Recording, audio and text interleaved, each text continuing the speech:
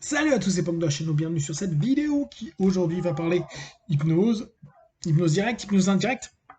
Répondre à une petite question qui m'a été posée il y a quelques jours, une petite remarque que je trouve très pertinente, notamment pour un petit peu recadrer la différence entre l'hypnose directe et l'hypnose indirecte. Et la remarque a été, avant je me prenais la tête à savoir les niveaux de transe. Les niveaux, donc moi j'utilise Aaron's, donc les niveaux sont possiblement repérables avec euh, une phénoménologie, catalepsie mineure, majeure, blocage, analgésie, puis après les alus. Et maintenant, pourquoi utiliser cette notion-là, vu qu'en conversationnel, on peut obtenir des feedbacks positifs. Alors, c'est hyper intéressant et ça nous ramène vraiment à la différence entre l'hypnose directe et de l'hypnose indirecte. Pour ceux qui ont suivi les vidéos d'hier ou d'avant-hier, où je disais, il y a une différence entre l'hypnose de suggestion et l'hypnose de transe.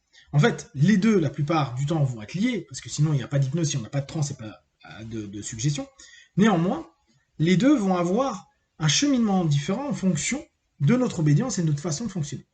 Pourquoi, dans l'hypnose directe, on met en avant la notion de niveau de transe et que, la plupart du temps, on exprime l'idée que on veuille atteindre le niveau somnambulique. Dans ma sémantique, c'est pour avoir un équilibre de transe, mais en amont, c'est quoi notre objectif? Notre objectif va être assez différent de celui de l'hypnose indirecte pour une raison toute bête, la définition. À la base, nous, on estime, et je vais reprendre là plutôt la sémantique keynienne, mais nous, pour entraîner quelqu'un en transe, on doit contourner le facteur de jugement, le facteur critique, pardon. Donc, pour nous, il y a le conscient. Au bout du conscient, il y a le facteur critique, facteur de jugement, c'est ma sémantique, et le subconscient. D'accord? Notre idée n'est pas d'annihiler le conscient. Le conscient, c'est la logique, l'analyse et la motivation, et les mémoires à court terme. Mais justement, de simplement contourner le facteur de jugement, celui qui est critique, pour aller dans une conversation entre le conscient et le subconscient.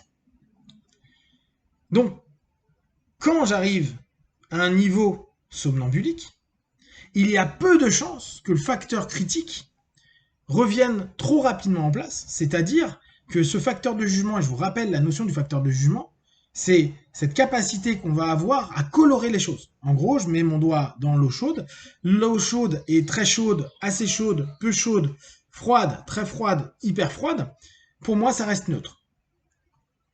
Donc, quand je contourne mon facteur de jugement, quand je diminue le facteur de jugement, mon objectif à moi, c'est que on devienne relativement neutre. Donc, qu'on accepte plus facilement la création de nouvelles idées ou le recadrage qui va être proposé, qu'on va appeler une suggestion. L'idée pour moi, c'est que parce que j'ai un niveau de transe, niveau somnambulique, qui est optimum, on peut bien sûr le faire à d'autres niveaux, mais on a de fortes chances que le facteur de jugement bloque certains concepts, idées, et recrée peut-être un dialogue, un discours ou quelque chose qui empêcherait d'aller à l'optimum.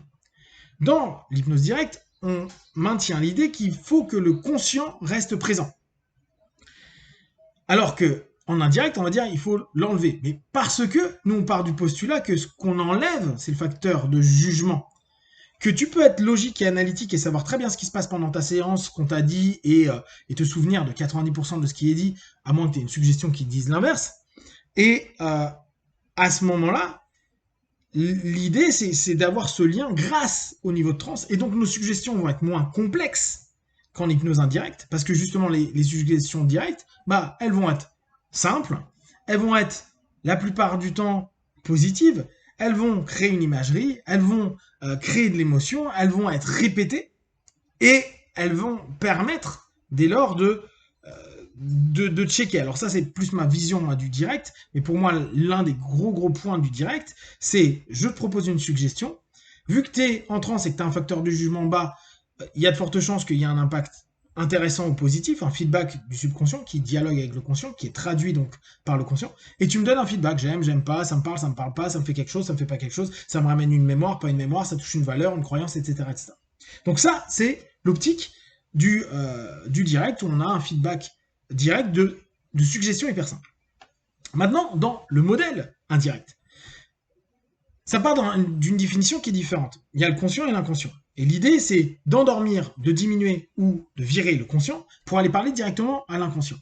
Et parce que, pour la plupart des indirects, on part du postulat que le conscient va bloquer l'impact des suggestions, on va le contourner, l'empapaouter, l'endormir, ou faire en sorte qu'il ne soit pas conscient, ne soit pas apte à comprendre ce que je suis en train de dire, alors que l'inconscient, lui, serait capable de le comprendre parce qu'il a un potentiel de compréhension qui est différent, supérieur, et qui amènerait, dès lors, des réponses à mes suggestions. Dès lors, ce qui importe, ça ne va pas être de descendre dans une transe, mais de maintenir une transe qui arrivera, parce que la plupart du temps, l'indirect se passe sur du conversationnel, on pourrait reprendre tout le principe du Milton Model de nos copains de PNL, et à partir de là, entraîner une démarche dans laquelle mon partenaire va, au travers d'une sémantique, d'une façon de parler, qui va entraîner de la confusion, de la saturation, des doubles contraintes, c'est-à-dire des impossibilités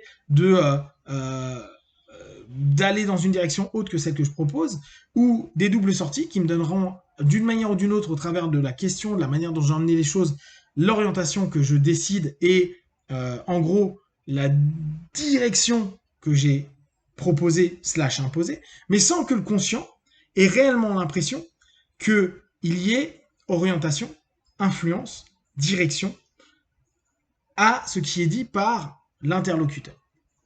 Dès lors, ce qui devient pertinent et intéressant, vu qu'il n'y a pas un niveau de transe spécifique pour diminuer un facteur de jugement, parce que eux, ils n'ont pas de facteur de jugement et ils considèrent que c'est tout le conscient qui est le facteur de jugement, à l'inverse de l'hypnose directe, où on dit que c'est qu'une partie et que la logique et l'analyse peuvent rester, bah, ils tentent de diminuer le plus possible cette notion du conscient, l'idée du conscient.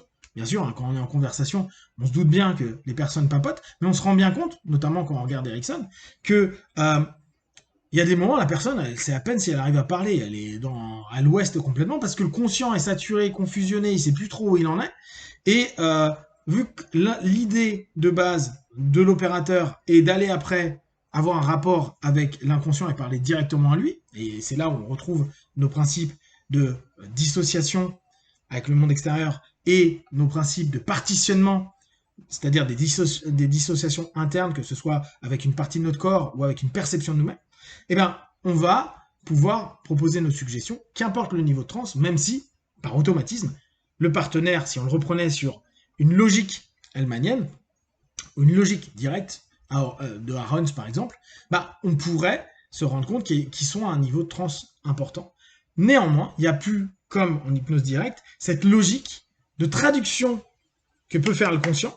Donc, on part d'un postulat, et souvent c'est pour ça qu'on utilise les signaux, que vu que le conscient est mis en off en grande majorité et qu'on lui demande plus aucun boulot, et que donc on a juste parlé avec une partition qui est la partition subconsciente, on va lui laisser un langage qui va être un langage lié au corporel, donc à des signes idéomoteurs. Cette grosse différence-là fait que, bah, automatiquement, on va avoir une formalisation des suggestions bien plus subtile, parce que justement, il y a constamment cette envie d'aller contourner, de passer, de feinter le conscient. Et donc, on va pas se prendre la tête plus sur la transe, le niveau de transe, parce que c'est la sémantique et la manière de parler, d'amener les choses de façon indirecte qui va permettre de faire passer le message sans que le conscient puisse se rebeller. Alors, dans l'hypnose hellmanienne, les suggestions sont hyper simples parce que, d'entrée, la volonté de départ est de diminuer le facteur de jugement pour qu'il puisse être présent, mais peu offensif ou peu défensif par rapport aux suggestions directes qu'on va proposer, et on va constamment vérifier si c'est OK, congruent, et que ça peut créer quelque chose de positif, notamment immédiatement. Est-ce que là, tu as un feedback qui est positif dans cet ici et maintenant, et potentiellement avec une futurisation et un feedback ultérieur qui va aider. Voilà, si vous avez des questions, des remarques, partagez sur Facebook, YouTube, je répondrai le plus rapidement possible.